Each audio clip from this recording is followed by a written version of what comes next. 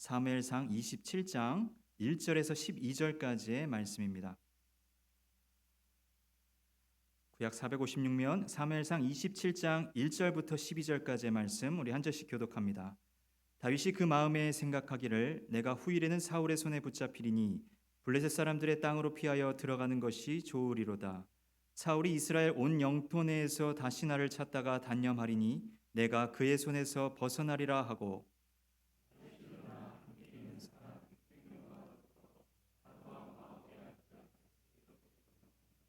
다윗과 그의 사람들이 저마다 가족을 거느리고 가드에서 아기스와 동거하였는데 다윗이 그의 두 아내 이스라엘 여자 아히노암과 나발의 아내였던 갈멜 여자 아비가일과 함께하였더니 다윗이 가드에 도망한 것을 어떤 사람이 사울에게 전하되 사울이 다시는 그를 수색하지 아니하니라.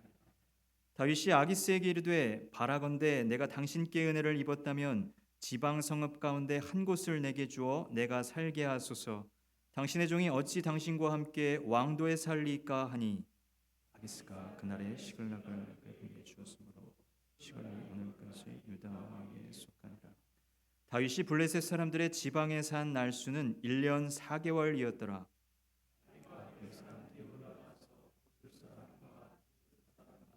아말렉 사람은 진노하였으니 일제부터 술과 역당으로 지나간 지방의 주. 다윗이 그 땅을 쳐서 남녀를 살려두지 아니하고 양과 소와 나귀와 낙타와 의복을 빼앗아 가지고 돌아와 아기스에게 이르매 다윗이 이르되 유다 네겝과 요람을 사람의 네겝과 네 사람의 네겝이니이다. 다윗이 그 남녀를 살려서 가드로 데려가지 아니한 것은 그의 생각에 그들이 우리에게 대하여 이르기를 다윗이 행한 일이 이러하니라 하여 블레셋 사람들의 지방에 거주하는 동안에 이같이 행하는 습관이 있었다 할까 두려워함이었더라. 아기스가 다윗을 믿고 말하기를 다윗이 자기 백성 이스라엘에게 심히 미움을 받게 되었으니 그는 영원히 내 부하가 되리라고 생각하니라. 아멘. 이 시간 담임 목사님 나오셔서 망명지에서 삽니다라는 제목으로 말씀 전하실 때 큰 은혜 받으시기를 바랍니다.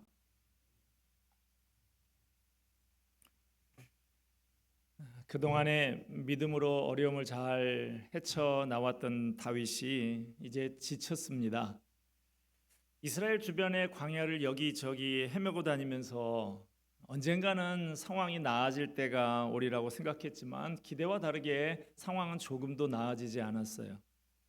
어림잡아 10년 동안 도망자로 살면서 극도의 긴장 속에 지칠 대로 지쳤습니다. 그동안 다윗이 광야에서 살아온 세월은 살아가는 재미도 보람도 없이 그야말로 근근히 목숨만 붙어 있는 삶이었어요. 항상 불안과 염려, 긴장과 두려움이 끊이지를 않았습니다. 광야에 쫓기는 삶 속에서 다윗이 겪었던 고통은 우선 먹고 사는 문제였어요. 600명이나 되는 많은 식솔들을 거느리고 있었는데 경제적인 문제가 해결되지 않은 채 10년 세월을 버티는 게 여간 고통스러운 게 아니죠.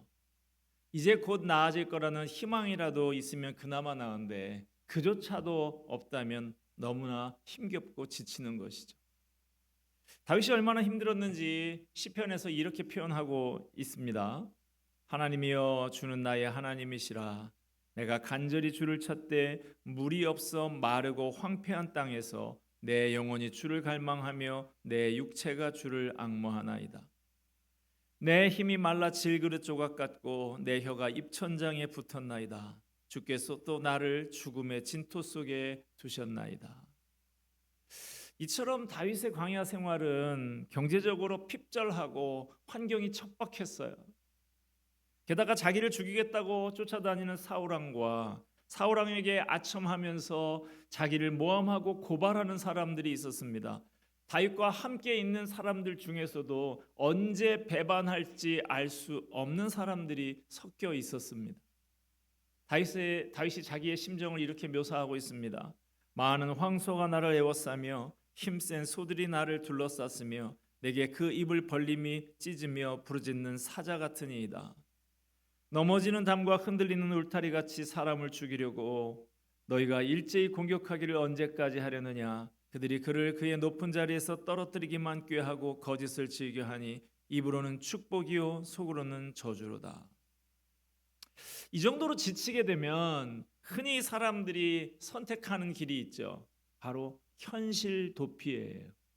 꿈이며 사명이며 다 포기하고 현실에서 도망치는 것이죠. 이게 사람들이 흔히 택하는 길이에요.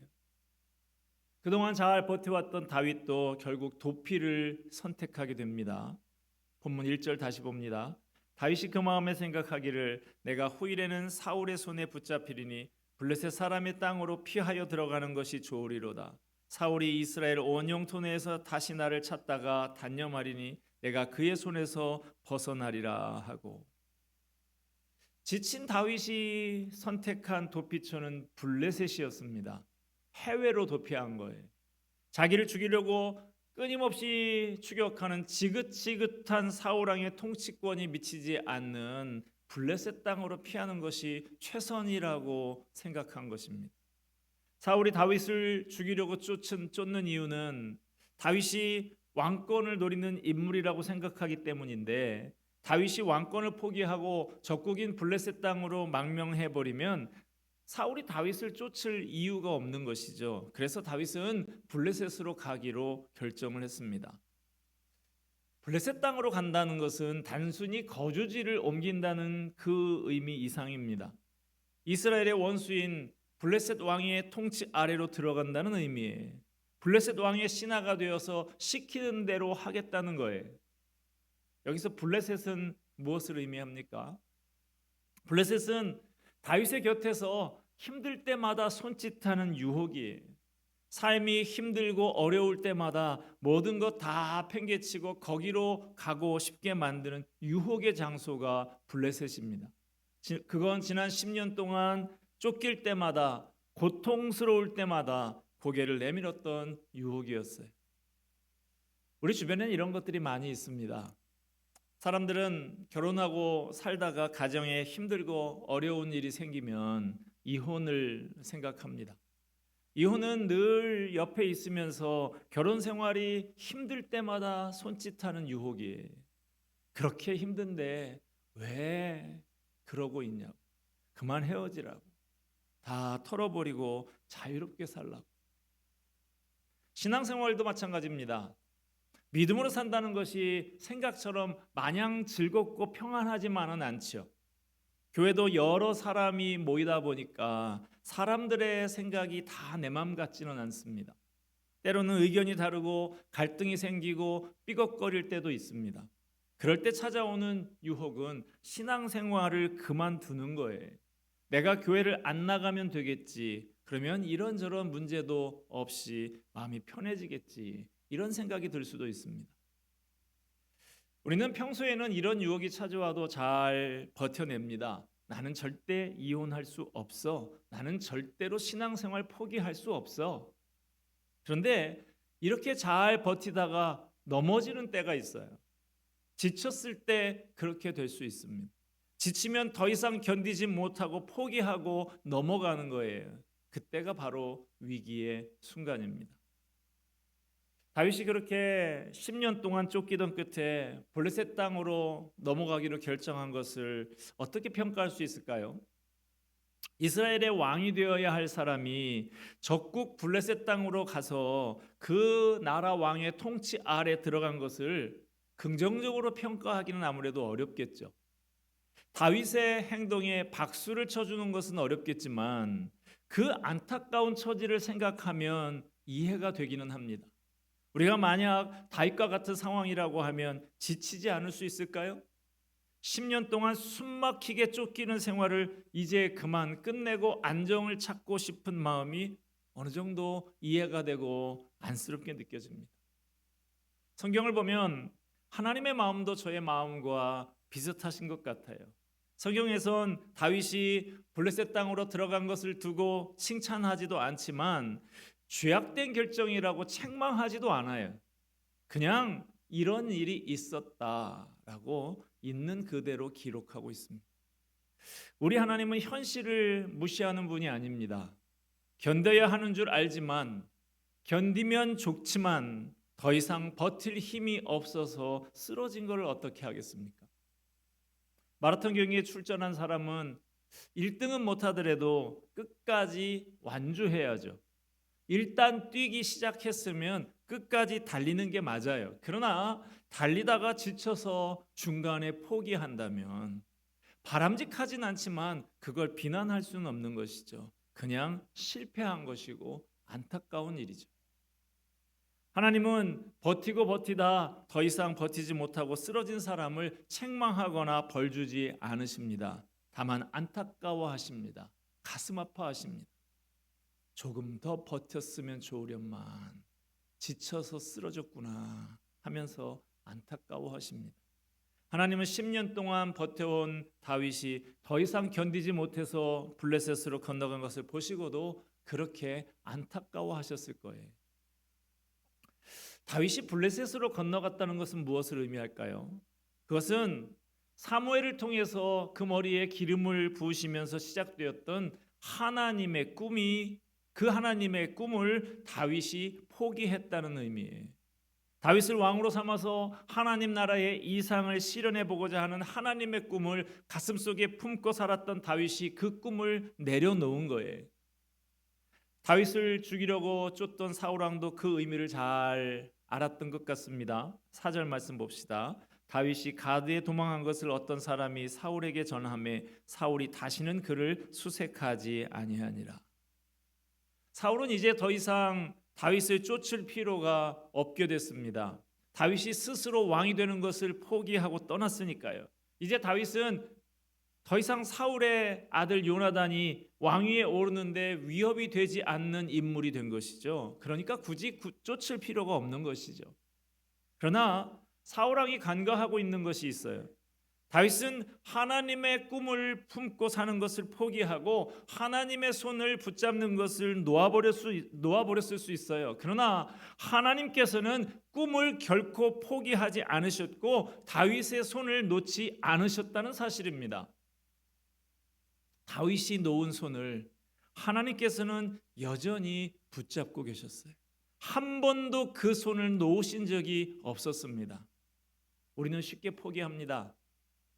버티다 지쳐서 포기할 때도 있고 아니면 그냥 여러 가지 변명을 해대면서 포기할 때도 있어요. 우리는 곧잘 포기하고 하나님의 손을 놓습니다. 하나님의 손이 아니라 다른 손을 찾아서 도움을 청합니다. 요즘 믿음으로 살기를 포기하는 것을 쉽게들 생각합니다. 코로나 이후로 예배를 포기하는 것을 쉽게 생각하는 사람들이 많아졌어요.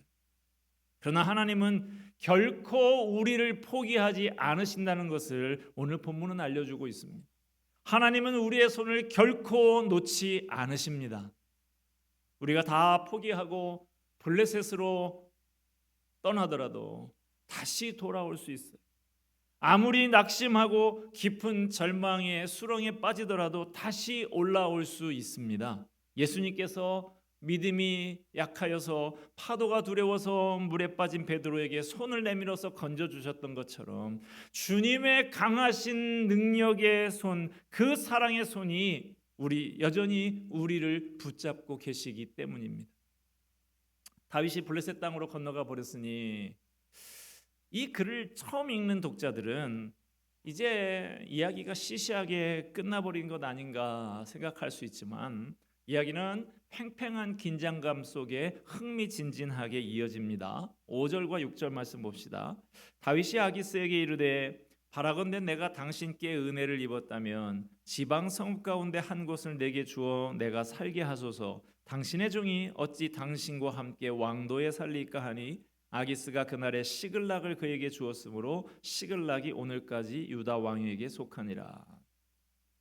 다윗이 블레셋 왕 아기스에게 요청을 합니다. 제게 멀리 있는 성읍 하나 내주십시오.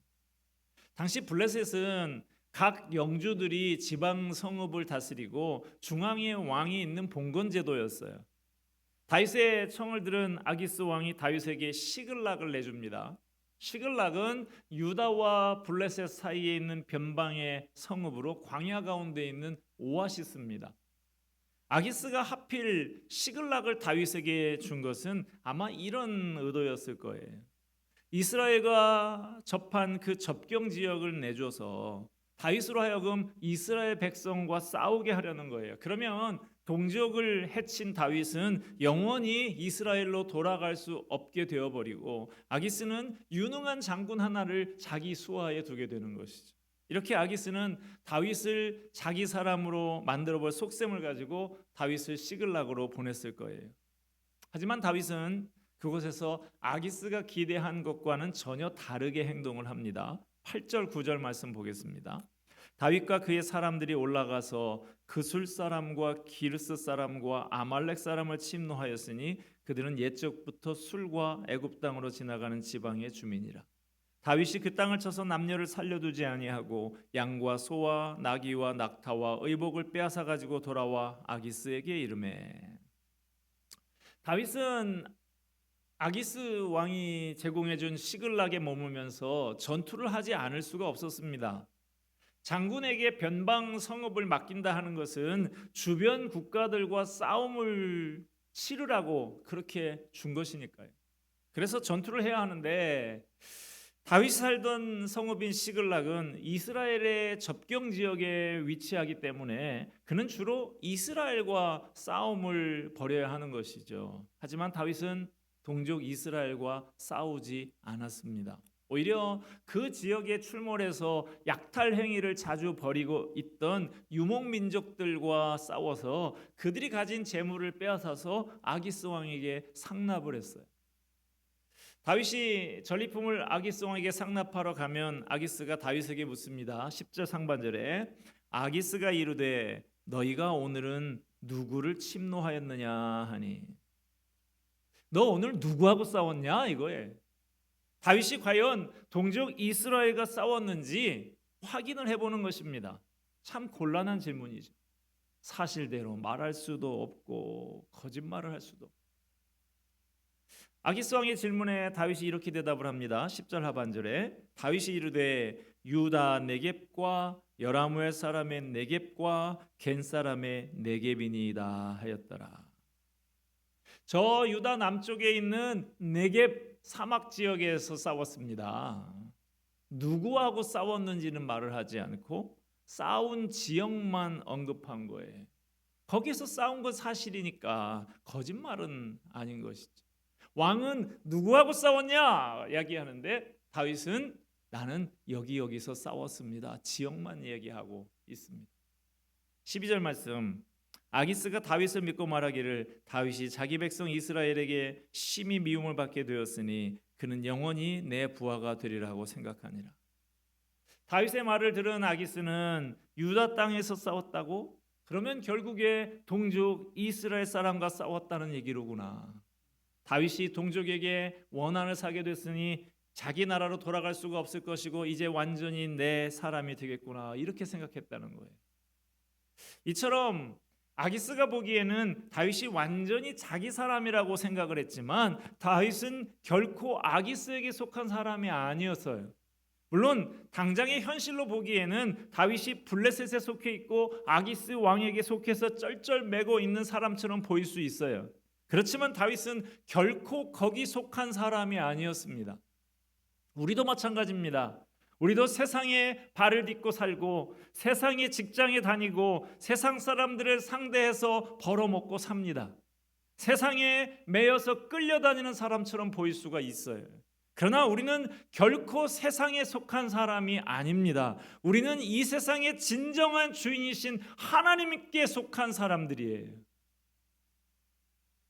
오늘 본문을 통해서 우리가 깨닫게 되는 것은 세상에 벌어지는 일 하나하나가 결국 하나님의 뜻이 실현되는 과정이라는 것입니다.